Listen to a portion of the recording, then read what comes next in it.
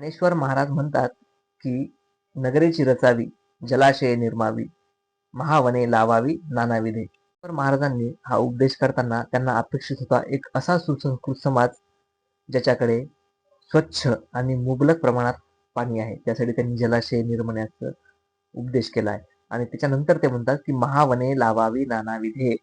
याचं कारण असं आहे की स्वच्छ हवा आणि सुंदर हवा वातावरण हे निर्मितीसाठी वृक्ष ही फार महत्वाची असतात. तुकाराम महाराज म्हणतात की वृक्षवल्ली आम्हा सोयरे वनचरे. या परिसरात राहणारे सर्व वृक्षवल्ली आणि या वनावर राहणारे जी काही जीवजंतू आहेत ते माझे सोयरे आहेत, नातेवाईक आहेत, असा संदेश त्यांनी या माध्यमातून दिलाय. शिवाजी महाराज म्हणतात, त्यांचं एक आज्ञापत्र आहे, त्या आज्ञापत्रात ते खूप छान संदेश देत आहेत. ते वृक्षास हात लावून न द्यावा, काय म्हणून की ही झाडे वर्षा 2 वर्षाने होतात ऐसे नाही. रयतेने ही झाडे लावून लेकरासारखी बहुत काळ जतन करून वाढविली आहेत. ती झाडे तोडल्यावरी त्यांचे दुःखास पारावार काय.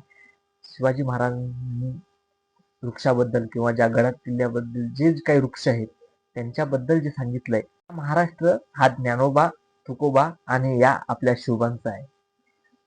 इथल्या साधू संतांनी आपल्याला वृक्ष वाढीसाठी आणि वृक्ष संवर्धनाची संदेश दिलेली आहे. त्यामुळे कुठल्याही संधी साधूसाठी इथल्या वृक्षांची कत्तल ही मान्य होणार नाही. याचा विरोध म्हणून आपण सर्वांनी महाराष्ट्र म्हणून एकजूट होऊन आपल्या साधू संतांनी आणि शिवरायांनी जी काही शिकवण दिली त्याप्रमाणे आपण या वृक्षांच्या पाठीमागे ठामपणे उभे राहूया. जय महाराष्ट्र.